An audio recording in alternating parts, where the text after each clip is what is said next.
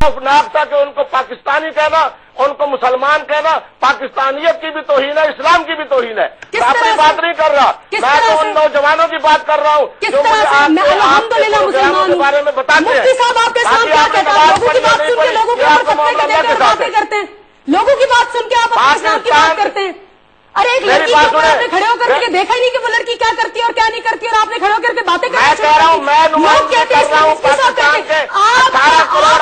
आपका इस्लाम आपका दीन क्या कहता है? आप क्या कहते हैं? आपने देखा मुझे एक बात सुने, मेरा दीन ये कहता है कि वीना कोई एक तस्वीर उठा कर जिसमें मैंने ऐसी हरकत की हो जो नाज़ेबा हो, एक तस्वीर। मेरी बात सुने मोहतरमा वीना मलिक साहबा, मैं आपको बड़ी जुर्रत से ये बात बता दूं कि मैंने नहीं देखा, लेकिन पाकिस्तान के उन करोड़ों लोगों ने जिन्होंने आपके इन कैफियत को देखा है, उनमें से 100% की राय ये है कि आपने पाकिस्तानियत की भी तौहीन की है, इस्लाम की भी तौहीन की है। आप गलत कह रहे हैं मुफ्ती साहब, आप ठीक नहीं कह रहे हैं। आप प्लीज अपने आप को पूरे पाकिस्तान के खिलाफ खड़े हो, पाकिस्तान के पूरे लोग इस तरह से नहीं कह रहे हैं। आपकी ये बात गलत है। मुझे बताइए कि मुझसे पहले क्या होता था? एक दो सीन करके आपके एक्टर्स वहां से आ जाते थे और बाद में उनके वो सीन भी एडिट हो जाते थे। Veena Malik is the one person जो इंडिया के सबसे बड़े रियलिटी शो पे 84 डेज तक उसने सरवाइव किया। और क्यों सरवाइव किया? मुझे याद है कि मैंने मैनेजमेंट के साथ जब बात की थी, उन्होंने कहा था वीना जी अगर आप पहले हफ्ते वापस आ जाए शो से प्लीज माइंड मत कीजिएगा, क्योंकि आपको हिंदुस्तान में कोई नहीं जानता। और वही वीना मलिक थी जिसने 84 डेज तक वहां सरवाइव किया, एक ऐसे प्लेटफॉर्म के ऊपर। वहां पे लोगों ने मुझसे मोहब्बत की, मैंने लोगों से मोहब्बत की। अरे इस्लाम का नाम ही प्यार मोहब्बत और दोस्ती का है। मैंने दोस्ती में किसी को मसाज दी, मैंने दोस्ती में लोगों को खाने बना के खिलाया। अरे वो मसाज मैंने सब लड़कियों को भी दी। आपको लड़कियों का नहीं दिखा, लड़कों का दिखा। हिंदुस्तान में रहने वाली एक औरत सानिया मिर्जा निकाह के साथ शुएब मलिक के निकाह में आए, और आप जाके वहां के जनाब अदाकारों के साथ आपने वो कुछ किया जिनकी वो खुद तवक्को नहीं कर रहे थे कि पाकिस्तान से आने वाली मुसलमान औरत इस तरह का किरदार अदा कर सकती है। मैं तो ये समझता हूँ मुझे आज तक जितने नौजवान मिले हैं उन्होंने यही बात की है कि सानी आपका नाम कि वीना मलिक साहबा ने वहां जाके उनकी तवक्को से भी ज्यादा ऐसा जनाब वहां शो किया है जिसमें न इंसानियत नजर आती थी न पाकिस्तानियत नजर आती है। इस्लाम तो बड़ी दूर की बात है। मुफ्ती साहब आपको गलतफहमी हुई है। ठीक है, का जवाब सुनिए। जी मुफ्ती साहब आप मेरी बातें आराम से सुनिए। तमाम लोगों को गलतफहमी हुई है मेरे और एशमित के दरमियान या किसी भी लड़के के दरमियान। मैं आपको गवाही देकर के कहती हूँ, आप उनको फोन कीजिए, उनसे बात कीजिए। हमारे बीच में कुछ भी ऐसा नहीं हुआ जो कि नाजेबा हो या हमने अपनी हदें पार की हूं। ऐसा कुछ भी नहीं हुआ। वो सिर्फ प्रोपेगेंडा था जो मेरे खिलाफ क्रिएट किया गया। मैं अगर हमारे बीच में एक सवाल का जवाब दो मुझे एक मिनट।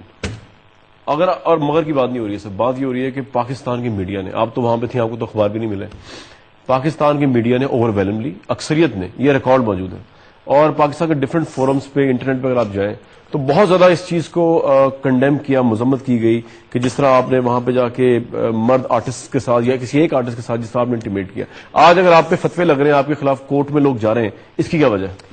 अगर वीना मलिक ने बिग बॉस के घर के अंदर रह करके कोई ऐसी नाजेबा हरकत की होती तो वो इतना बड़ा बड़ा करके पूरी दुनिया को दिखाया जाता। मुझे आप एक भी शॉट ऐसा दिखाइए। नाजेबा की डेफिनेशन क्या है? जी मेरे यहाँ नाजेबा की डेफिनेशन वो है जो नाजेबा कहलाया जाता है।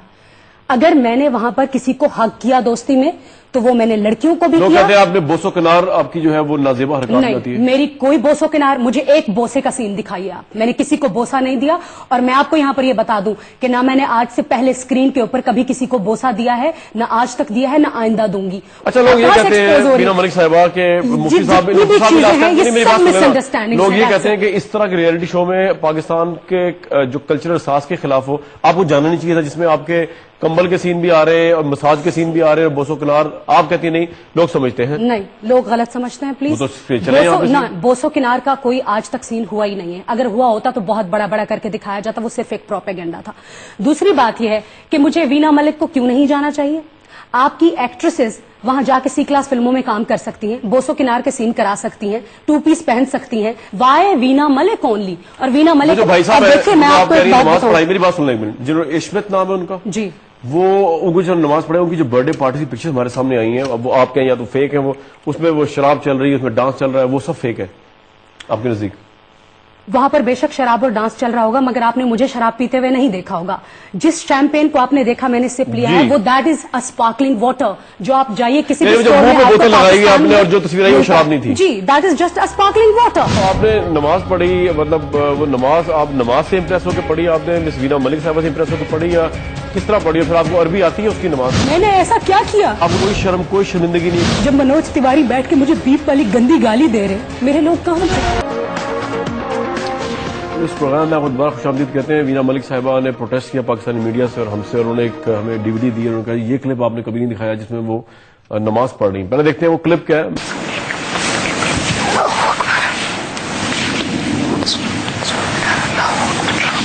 राइट, ये क्लिप थी। वहां से इंडिया से मौजूद है इंडिया के स्टार इश्मित, जो कि रहे मिस वीना मलिक के साथ उस घर में, और उसके हवाले से खासी कंट्रोवर्सीज पाकिस्तान में जन्म पाई।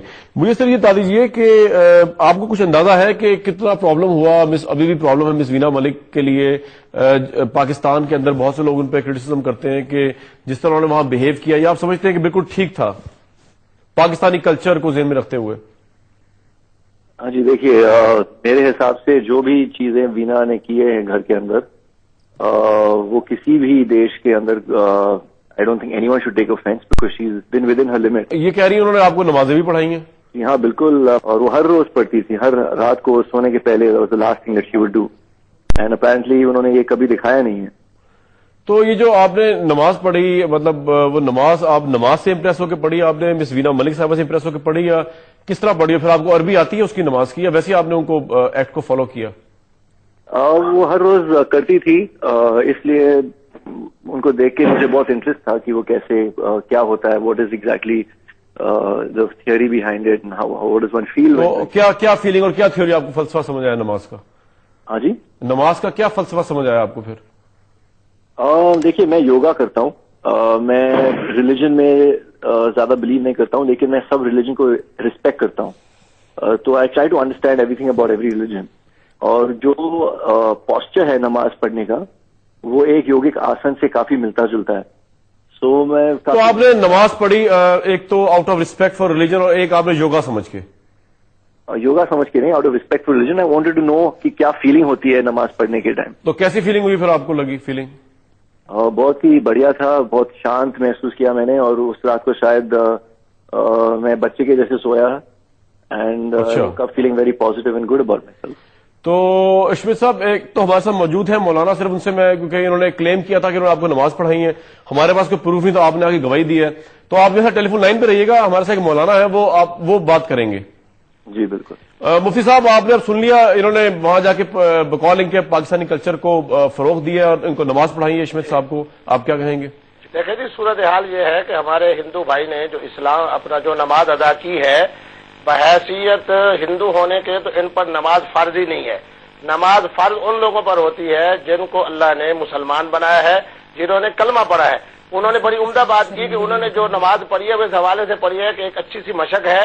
जिस तरह इंसानी अपनी जिस्मानी फिटनेस के लिए बाकी हर तरह की रिहर्सल करता है, इसी तरीके से उन्होंने भी नमाज पढ़ने के बाद इस चीज को देखा कि इसके साथ झुकने में और सजदे में जाने में ये एक तरह की रिहर्सल हो रही है, और इस तरह वो अपनी जिस्मानी फिटनेस के लिए उसकी रिहर्सल कर रहे हैं। और दूसरा उन्होंने ये फरमाया कि मैं ये देख रहा था कि नमाज के जरिए से इसके अंदर किस तरह राहत महसूस होती है और किस तरह सुकून महसूस होता है। बात यह है कि हमारी बहन वीना मलिक साहबा ने उनको इस नेक काम की तरफ लगाया, तो मैं ये समझता हूँ उनका ये अच्छा इकदाम है। आपको इस बात में कोई शर्म, कोई शर्मिंदगी नहीं है कि आपने पाकिस्तान की इज्जत और नामूस को जिस तरह हिंदुस्तान जाके तहस नहस किया है? मुझे मालूम है हिंदुस्तान का कल्चर क्या है, मुझे मालूम है मेरा पाकिस्तान का कल्चर क्या है।